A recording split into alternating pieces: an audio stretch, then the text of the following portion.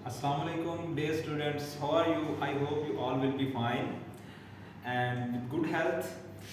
Beta today our topic is neuron और nerve cell. हम इसको पहले भी पढ़ चुके हैं, लेकिन मैं आज आपको इसका कॉन्सेप्ट और इसको थोड़ा सा रिवाइज करवा देता हूँ दोबारा से, ताकि अगर किसी को कोई पॉइंट समझ नहीं आया तो वो दोबारा से उसको समझ आ जाए अच्छी तरह से। हम बेटा बात करते हैं न्यूरॉन और नर्व सेल की। सबसे पहले तो न्यूरॉन या फिर नर्व सेल जो है ये होता क्या है। बेसिकली हमारे पास इसको ही हम न्यूरॉन या फिर नर्व सेल बोलते हैं। आप न्यूरॉन भी बोल सकते हैं, नर्व सेल भी बोल सकते हैं। ये न्यूरॉन और नर्व सेल जो है ये बेसिक स्ट्रक्चरल और फंक्शनल यूनिट होता है हमारे पास नर्वस सिस्टम का। नर्वस सिस्टम को हम डिस्कस कर चुके हैं ऑलरेडी, जिसमें हमारे पास ब्रेन आ जाता था, स्पाइनल कॉर्ड आ जाता था।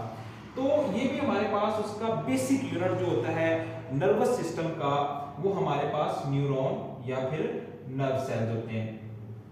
अब जितने भी हमारे पास पार्ट्स आ जाते हैं ना न्यूरॉन सिस्टम, ये नर्वस सिस्टम्स के, जिसमें हमारे पास ब्रेन है या फिर हमारे पास स्पाइनल कॉर्ड आ जाता है, ये तमाम के तमाम पार्ट्स जो होते हैं नर्वस सिस्टम के, ये नर्व सेल्स और या फिर न्यूरॉन से मिलकर बने हुए होते हैं। अब इसका फंक्शन क्या है? बेसिकली जो मेन फंक्शन है न्यूरॉन का वो है क्या? ये क्या करता है? ये ट्रांसमिट करता है मैसेज को इलेक्ट्रोकेमिकल वेव्स की शक्ल में। ठीक है, कहां से? बॉडी के एक पार्ट से मैसेज लिया और दूसरे पार्ट तक पहुंचा दिया। ये काम कौन कर रहा है? ये काम कर रहा है न्यूरॉन और नर्व सेल कर रहा है। ठीक है, और ये जो मैसेज को ट्रांसमिट करना होता है इलेक्ट्रोकेमिकल वेव्स की शक्ल में, इसको हम बोलते हैं नर्व इंपल्स। बेसिकली जो नर्व इंपल्स का मतलब है वो एक मैसेज है जो ट्रांसमिट होता है एक पार्ट से दूसरे पार्ट के अंदर। अगर हम इसके स्ट्रक्चर की बात करें तो आपके सामने ये एक डायग्राम शो हो रही है आपको।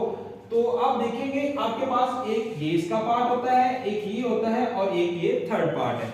अब स्टेप बाय स्टेप हम इसको देखते हैं। सबसे पहले तो हमारे पास ये वाला हिस्सा आ जाता है, ये वाला। ठीक है, इसके अंदर क्या चीज मौजूद है? इसके अंदर सबसे पहले तो ये अंदर न्यूक्लियस मौजूद है, और न्यूक्लियस किसके अंदर मौजूद है? यहाँ पे कुछ साइटोप्लाज्म भी मौजूद है। और साइटोप्लाज्म का बेटा आपको पता है ये आपके पास क्या होता है? एक फ्लूइड है, एक लिक्विड टाइप मटेरियल होता है, जिसके अंदर अगर सेल की बात कर ली जाए तो सेल के अंदर जैसे इसके अंदर ऑर्गेनेल्स वगैरह फ्लोट कर रही होती हैं। लेकिन यहाँ पे हम सिर्फ इसको डिस्कस कर रहे हैं, तो यहाँ पे इसके अंदर ये एक न्यूक्लियस होता है, ठीक है, और ये साइटोप्लाज्म होता है। अब ये जो आपका हिस्सा है जहां पे न्यूक्लियस और साइटोप्लाज्म मौजूद होता है, इसको हम बोलते हैं सेल बॉडी। स्ट्रक्चर हम इसका डिस्कस कर रहे हैं, तो इसको हम क्या बोलते हैं? सेल बॉडी बोलते हैं।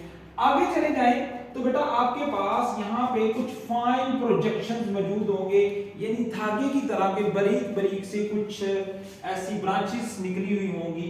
इनको हम बोलते हैं डेंड्राइट्स। यानी इनका काम क्या होता है? बेसिकली इन डेंड्राइट्स का फंक्शन क्या होता है? ये डेंड्राइट्स क्या करते हैं? मैसेज को रिसीव करते हैं। फॉर एग्जांपल आपको कोई इंजरी हो जाती है, पांव पे कोई चोट लगती है, या फिर आप किसी गर्म चीज को हाथ लगाते हैं तो जल्दी से पीछे खींच लेते हैं, तो बेसिकली ये मैसेज जो है वो क्या कर रहा है? ब्रेन की तरफ जा रहा है। लेकिन वो भेज कौन रहा है? वो भेज रहा है आपके पास न्यूरॉन या फिर नर्व सेल। और उसमें जो उसका आगे बेसिक आता है, स्ट्रक्चर में देखा जाए तो जो डेंड्राइट्स हैं ये उस मैसेज को रिसीव करते हैं कि आपने हॉट चीज को हाथ लगा लिया, या फिर आपके कोई चीज जो है वो पांव या फिर हाथ के साथ लग गई है। ये बेसिकली उस चीज को सेंस कर रहा होता है। उसके बाद आगे आ जाए तो यहाँ पे आपको एक लॉन्ग ट्यूब नजर आती है, लॉन्ग प्रोजेक्शन हम इसको बोलते हैं। ये आपके पास होता है एक्सॉन।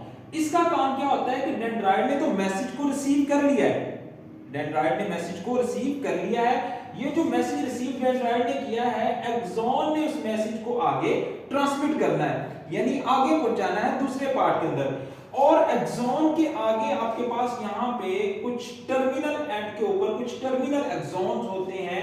इनका काम क्या होता है कि ये भी मैसेज को ट्रांसमिट करते हैं अगले सेल्स के अंदर। तो इस तरह से जो मैसेज होता है वो एक सेल से दूसरे, दूसरे से तीसरे, इस तरह से आगे आगे चलता चलता कहां पे चला जाता है? ब्रेन। और फिर ब्रेन क्या करता है?